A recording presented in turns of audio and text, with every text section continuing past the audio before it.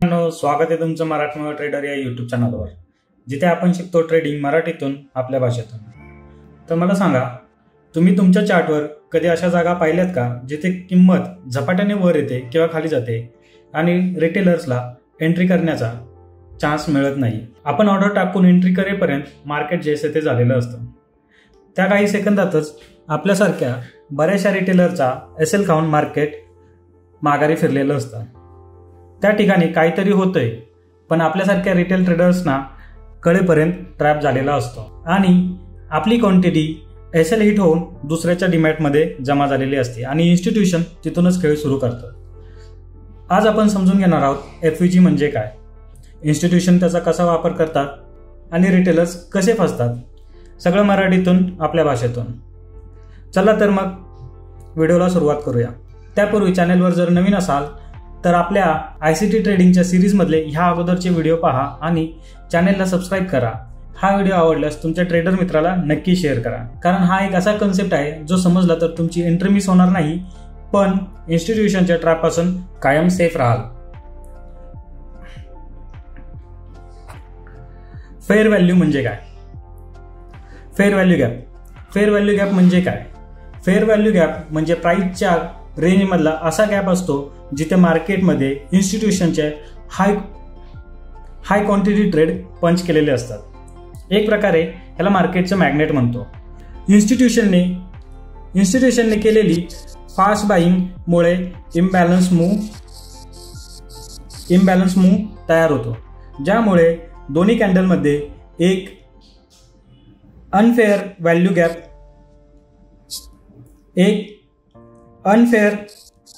Gap create झालेला असतो. Retail लोकांना त्या गॅपचे एवढे महत्त्व पटत नाही, पण खरे तर इन्स्टिट्यूशन पुन्हा मार्केट त्याच रेंजमध्ये आणतात आणि आपले राहिलेले ट्रेड्स बाय करतात. आपल्याला जेवढी क्वांटिटी पाहिजे तेवढी एक्झिक्यूट केलेली असते. रिटेल ट्रेडरला वाटतं तो एक गॅप आहे, पण खरं तर इन्स्टिट्यूशनने तिथे खूप मोठ्या प्रमाणात आपला ट्रेड पंच केलेला असतोय, ज्यामुळे त्यानंतर काही प्राइस वर गेल्यानंतर पुलबॅक देते आणि आपल्या लोकांना वाटतं की मार्केटने पुलबॅक दिला आहे. पण ज्या वेळा प्राइस पुन्हा त्या झोनमध्ये येते तेव्हा इन्स्टिट्यूशन दुसरा लॉट बाय करतात, ज्यामुळे प्राइस परत अपसाईड जाते, ज्यामुळे मार्केट परत एकदा वर जातं.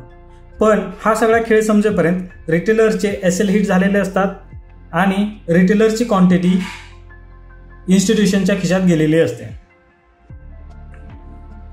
हे सगळं प्री प्लॅन असते. फेअर व्हॅल्यू गॅप म्हणजे असा गॅप जिथून मार्केटची प्राइस मूव्ह करते आणि रिटेलर्सला त्या ठिकाणी एंट्री करणं इम्पॉसिबल होतं.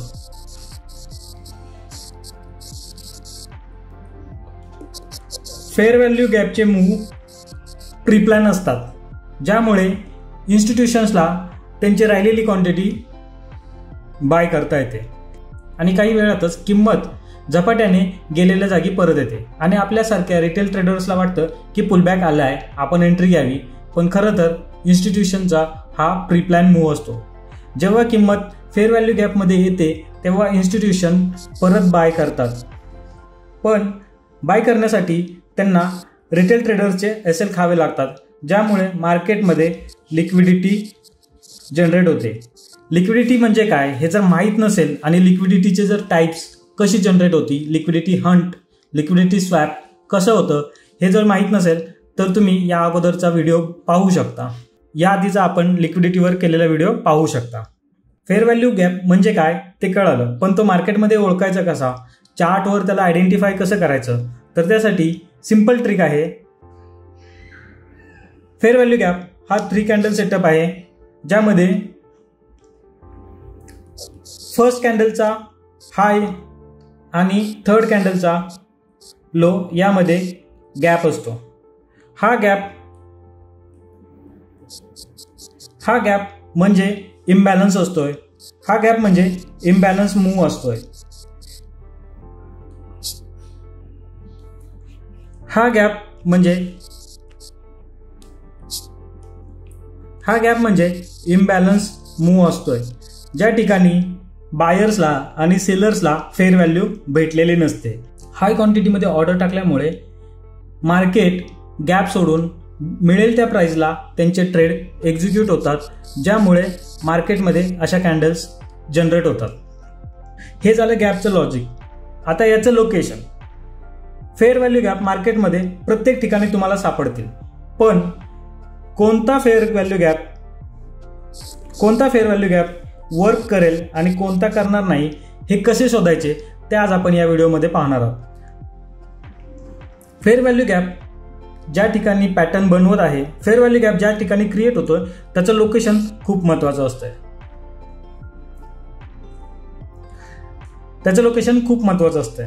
त्यापूर्वी आपण फेअर व्हॅल्यू गॅपचा वापर कसा करायचा हे पाहूयात. फेअर व्हॅल्यू गॅपचा वापर तुम्हाला इन्स्टिट्यूशनचे फुटप्रिंट शोधायला मदत करतो, ज्यामुळे तुम्हाला कळतं की इन्स्टिट्यूशनने कुठल्या चार्टवर कोणत्या ठिकाणी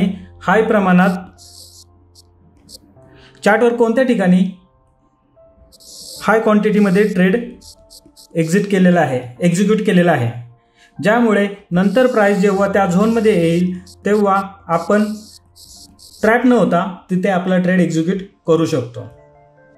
त्यानंतर एफईजीचा दुसरा उपयोग मार्केटचे रिव्हर्सल पॉइंट आयडेंटिफाय करायला होतो. एखादा क्षण असा येतो ज्या ठिकाणी मार्केट एफईजीमध्ये टॅप करून फेअर व्हॅल्यू गॅपमध्ये टॅप करून आपला ट्रेंड चेंज करते, ज्यामुळे आपल्याला बाय करून हाय RR, high return ratio by करून आपल्याला मार्केटमधून हाय रिटर्न रेशो मिळतो. त्यानंतर एफईजीमुळे आपल्याला आपली एंट्री, एक्झिट आणि SL यांचे प्लॅनिंग करता येते, ज्यामुळे आपण कॅपिटल मॅनेजमेंट करू शकतो, आपण लॉट साईज मॅनेजमेंट करू शकतो आणि तसेच किती SL घ्यावा ज्यामुळे आपले कॅपिटल सेव्ह होईल हेही कळतं. हा झाला एफईजीचा वापर. एफईजी कुठे वापरतात, कसं वापरतात आणि त्याचा वापर करून आपण आपल्या ट्रेडिंगमध्ये कितपत सुधारणा करू शकतो हे आपण पाहिलेलं आहे. एफईजीचा पॅटर्न मी सांगितल्याप्रमाणे 2 वीक मधला जो गॅप असतोय,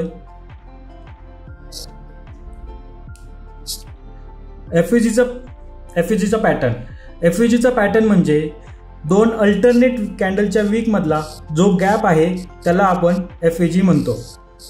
जेव्हा मार्केट एफईजी क्रिएट करून मूव्ह होत जातं तेव्हा रिटेलर्सला वाटतं की ब्रेकआउट झाला किंवा ब्रेकडाऊन झाला, पण खरं तर हा इन्स्टिट्यूशनचा एक ट्रॅप असतो, ज्यामुळे इन्स्टिट्यूशन रिटेलर्सला अट्रॅक्ट करतात, ट्रेड्स घ्यायला अट्रॅक्ट करतात, ज्यामुळे रिटेलर्सने बाय एंट्री बनवल्यानंतर रिटेलर्स बाय करतात.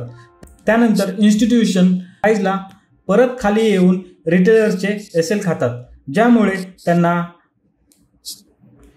त्यांना हाय क्वांटिटी ट्रेड एक्झिक्यूट करायला इझी होतं. जेव्हा प्राइस परत त्या गॅपमध्ये येते तेव्हा इन्स्टिट्यूशन तिथूनच पुन्हा बाईंग सुरू करणार असतं.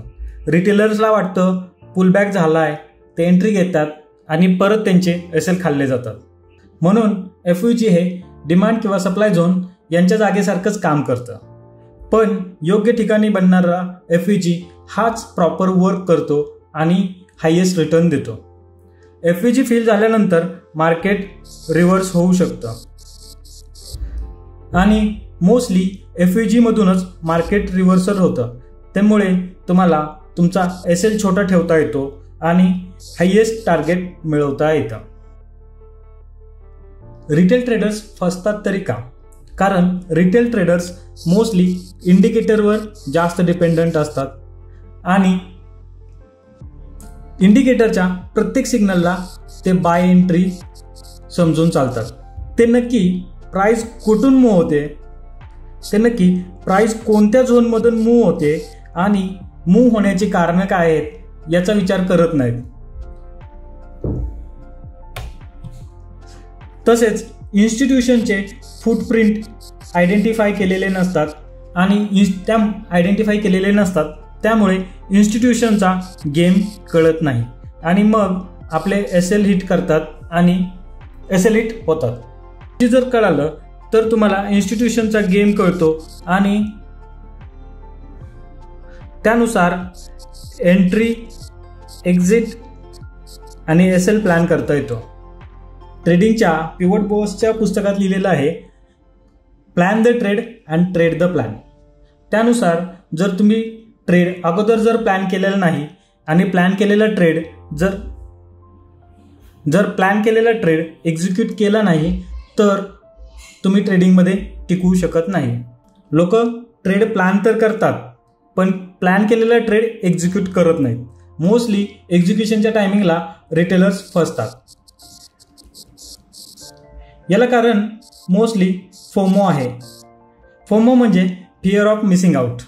यामुळे लोकांना वाटतं ही अपॉर्च्युनिटी आपल्या हातून गेली तर आपल्याला प्रॉफिट नाही भेटणार, हे असं त्यांना जाणवत राहतं. आणि या सगळ्या गोष्टींचा विचार न करता रिटेलर्स कुठेही ट्रेड पंच करतात, ज्यामुळे त्यांचं कॅपिटल वाईप आउट होतं. पण ट्रेड प्लॅन करण्यासाठी तुम्हाला FVG पॅटर्न काय आहे ते माहीत पाहिजे. त्यानंतर FVG पॅटर्न बनवणाऱ्या 3 कॅन्डलचा सेटअप माहीत पाहिजे. त्यामध्ये जो वीक टू वीक गॅप असतो त्यामध्ये फेअर व्हॅल्यू भेटलेली नाही. वीक टू वीक जो गॅप असतोय त्यामध्ये बायर्स आणि सेलर्स दोघांनाही फेअर व्हॅल्यू मिळालेली नसते. त्यामुळे इम्बॅलन्स मूव्ह होतो आणि हाच रिटेलर्स फक्त एक गॅप म्हणून समजून जातात. पण हा गॅप खरं तर रेजिस्टन्स आणि सपोर्ट सारखे काम करतात. सोबतच तुम्हाला मार्केटची दिशा दाखवण्याचे काम करतात. आपण चार्टवर पाहणारच आहोत FVG कसं ओळखायचं, FVGचे पॅटर्न कसे ओळखायचे, कोणता FVG काम करणार आहे, कोणता काम करणार नाही. आता FVGचा ट्रॅप कसा ओळखायचा, FVGचा ट्रॅप कसा असतोय, SL हंटिंग, SL स्वीप कसं होतं हे पाहण्यात आपण समजून घेणार आहोत. FVGचा ट्रॅप ओळखण्यासाठी तुम्हाला सर्वात पहिल्यांदा FVG बनणारं लोकेशन, FVGचा पॅटर्न बनणारं लोकेशन तुम्हाला माहिती पाहिजे. त्यानंतर FVG म्हणजे 2 वीकमधनं असणारा गॅपचे अंतर स्ट्रॉंग आहे, म्हणजेच स्ट्रॉंग FVG आहे का वीक आहे ते समजलं पाहिजे. सोबतच तुम्ही कन्फर्मेशनसाठी बॉसचा वापर करू शकता. बॉस यालाच SMC मध्ये MSS म्हणतात, म्हणजे market structure shift.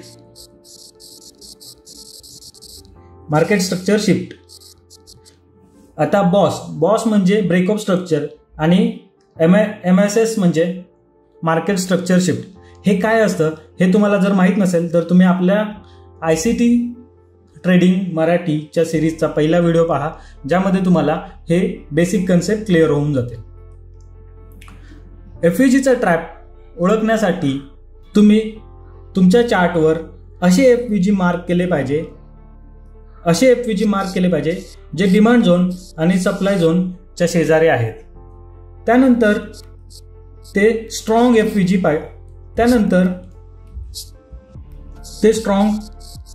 FVG strong असावेत. आणि इतकं सगळं करण्यापूर्वी तुम्ही मार्केटमध्ये काही दिवस त्याचं बॅक टेस्टिंग केलं पाहिजे.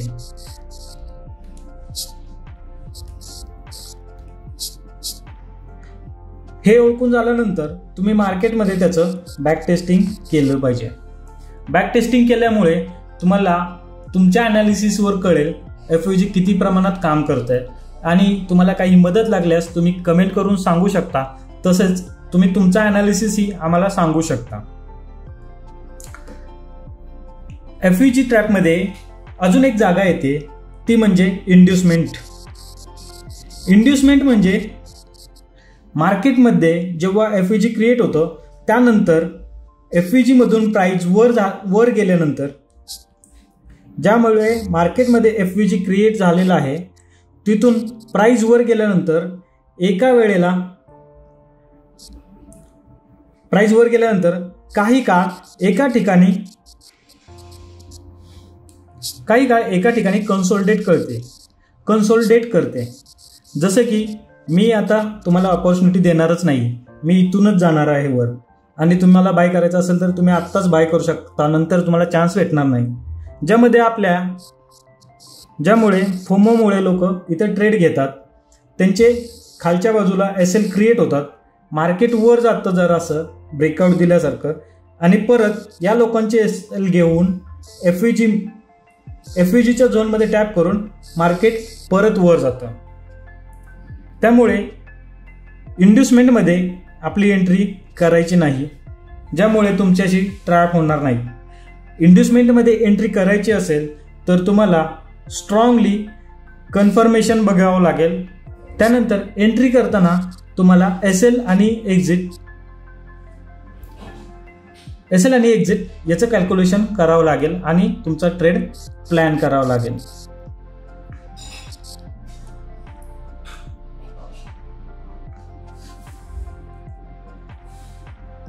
FVG कुठं वापरायचं? जर तुम्ही बाईंगमध्ये करणार असाल, जर तुम्ही बाईंग करत असाल, मार्केटमध्ये बुलिश ट्रेंड आहे आणि बुलिश FVG आहे, तर तुम्हाला असा FVG शोधायचा आहे जो डिमांड झोनच्या सपोर्टिव्ह आहे, ज्याच्या खाली डिमांड झोन आहे किंवा FVG डिमांड झोनवर एक्झॅक्ट डिमांड झोनवरच बनत आहे, तरच तुम्हाला तो FVG ट्रेड करायचा आहे.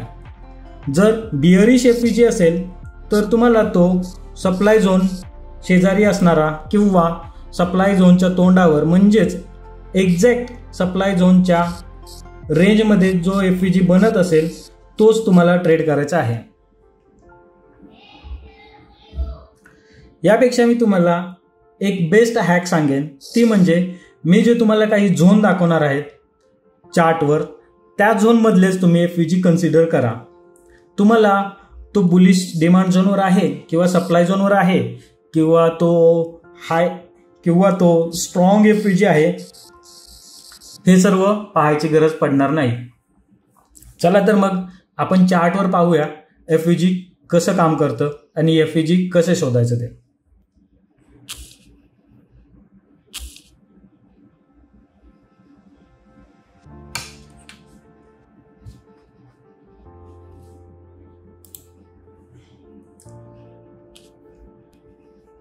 आजच्या चार्टमध्ये आपण BSOPचं एक्झाम्पल पाहणार आहोत. BSOPमध्ये FVG बनलेला आहे आणि तुम्हाला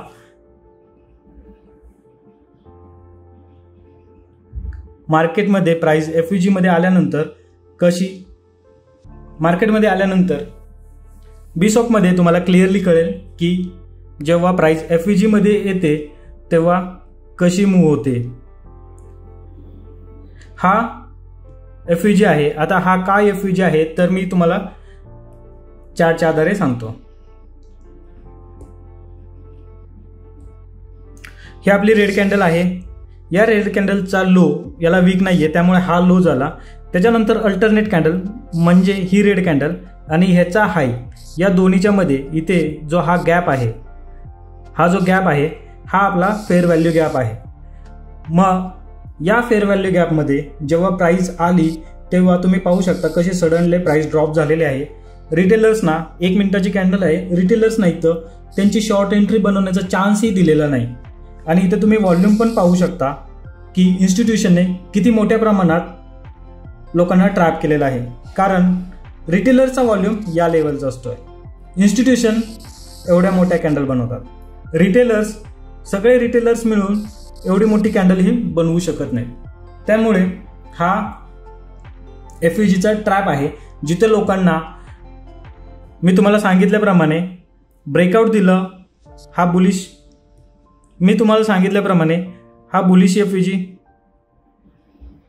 बुलिश FVG बनवला. बुलिश FVG बनवल्यानंतर मार्केट काही काळ वर गेली, त्यानंतर खाली आली. ह्या झोनमध्ये लोकांना दाखवलं की मार्केटचा पुलबॅक भेटलेला आहे आणि आता ब्रेकआउट होणार आहे. हे प्रॉपर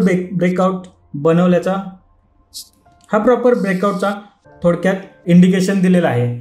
पण जेव्हा लोकांनी इथं बाय केलं, त्या लोकांना माहीत नाही की FVG अपोजिट साईडला जो FVG बनवलेला आहे रिटेलर्सला ट्रॅप करण्यासाठी, तिथून इन्स्टिट्यूशन प्राइस परत खाली घेऊन जाणार आहेत आणि 10 मिनिटातच मार्केट जैसे थे झालेलं आहे. यासाठीच FVGला मार्केटचं मॅग्नेट म्हणतात. याप्रमाणे या ठिकाणी इन्स्टिट्यूशनने जे त्यांचे ट्रेड पंच केलेले आहेत, त्यांचे ट्रेड एक्झिक्युटिव्ह केलेले आहे, त्यांची हाय क्वांटिटी बाय केलेली आहे, त्याप्रमाणेच इथं त्यांना लोकांना ट्रॅप करून त्यांच्या खिशात अजून क्वांटिटी, त्यांची राहिलेली क्वांटिटी त्यांना मिळवण्यात त्यांना यश आलेलं आहे. त्यानंतर आजचं आपलं दुसरं एक्झाम्पल आहे कोफोर्जचं.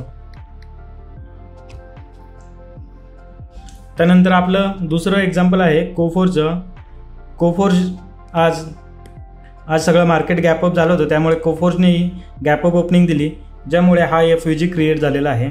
हा बाय साईडचा FVG आहे. पण मार्केट जेव्हा रिजेक्ट होऊन या झोनमध्ये आलं, तेव्हा FVGला टॅप करून मार्केटने ह्यूज मुवमेंट केली. त्यानंतर रिटेलर्सना दाखवण्यासाठी मार्केटने परत एकदा पुलबॅक दिला, FVGला टॅप केलं आणि परत एकदा मार्केट वर गेलं. आता जर तुम्ही पाहिलं तर हा FVG आजचा जो FVG आहे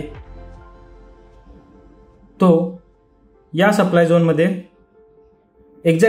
झोनमध्ये बनलेला आहे.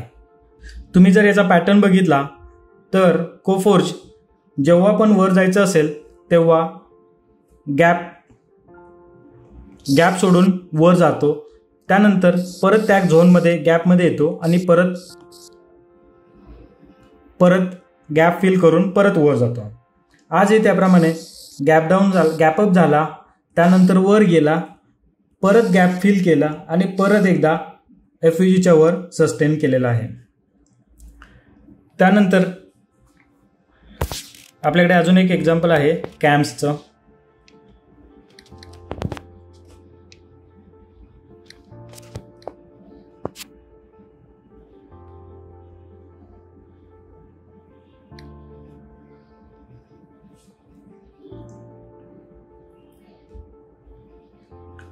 कॅम्प्समध्ये जर तुम्ही पाहिलं तर 2 दिवसापूर्वी इथे एक FVG बनलेला होता.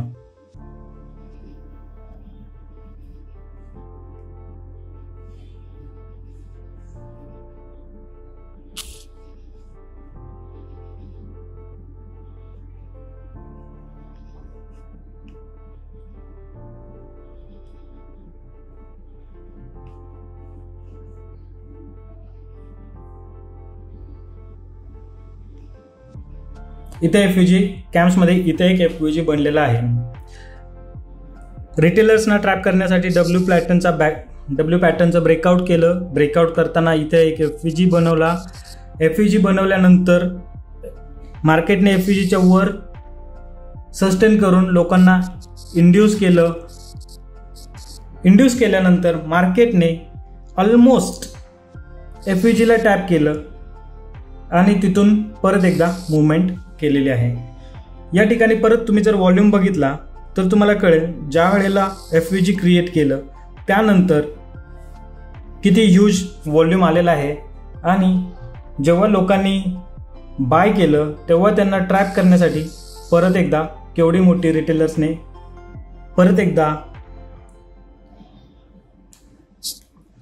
रिटेलर्सना ट्रॅप करण्यासाठी इन्स्टिट्यूशनने परत एकदा केवढी मोठी कॅन्डल बनवलेली आहे.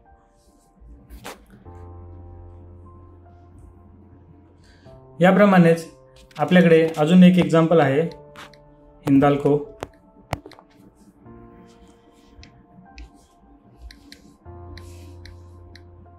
हिंदाल्कोचं एक्झाम्पल पाहूया आपण आता.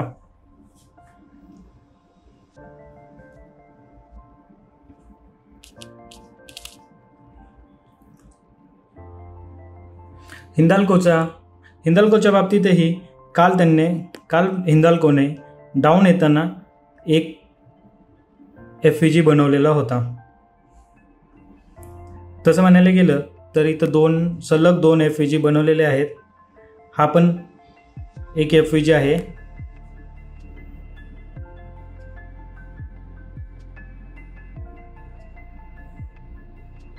हाही एक FVG आहे. सलग दोन FVG बनवले होते.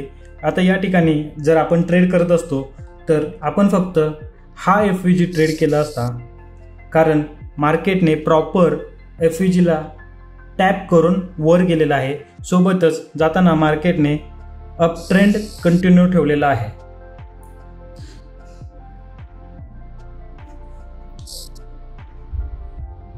इथं तुम्ही पाहू शकता FVG मधून मार्केट कशी मुवमेंट देतं. त्यामुळे तुम्ही तुमच्या ट्रेडिंगला नक्कीच सुधारू शकता. FVGचा वापर करून तुम्ही तुमच्या ट्रेडिंगला नक्कीच सुधारू शकता. आज सकाळी मार्केट ओपन झाल्या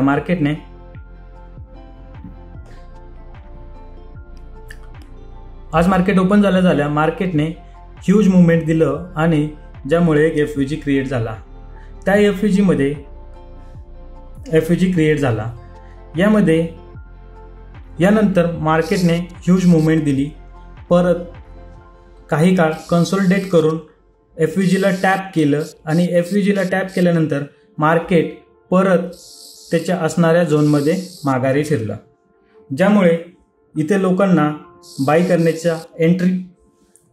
एंट्री करण्याचा चान्स मिळालेलाच नाही. यावेळी आपल्या लक्षात येईल की हे जे व्हॉल्यूम आलेलं आहे हे सगळं इन्स्टिट्यूशनचं व्हॉल्यूम आहे. सोबतच इथं पण तुम्ही पाहू शकता ॲव्हरेजपेक्षा जास्त ऑलमोस्ट व्हॉल्यूम मार्केटमध्ये आलेलं आहे. आणि हे व्हॉल्यूम फक्त इन्स्टिट्यूशन्स आणू शकतात. रिटेलर्सला एवढ्या मोठ्या कॅन्डल बनवणं शक्य नाही. आजचा आपला नेक्स्ट एक्झाम्पल आहे इन्फीने आज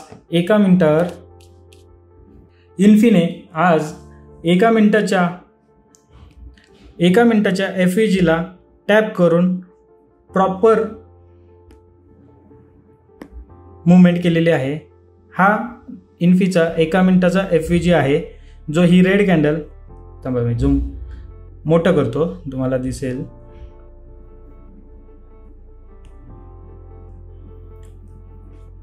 इथं तुम्ही पाहू शकता ही जी रेड कॅन्डल आहे यामध्ये आणि या ग्रीन कॅन्डलच्या वीकमध्ये जो हा गॅप आहे, ही जी रेड कॅन्डल आहे याचा लो आणि ही जी कॅन्डल आहे रेड कॅन्डल आहे याचा लो आणि ही जी ग्रीन कॅन्डल आहे याचा हाय, याच्यामध्ये एक FVG क्रिएट केलेला आहे. हा कालचा FVG आहे, ज्यामध्ये इन्फीने आज टॅप केलं आणि डेड झाला. किती ह्यूज फॉल आलेला आहे हे तुम्ही इथं पाहू शकता. त्यानंतर दिवसभर इन्फी निगेटिव्हच राहिला.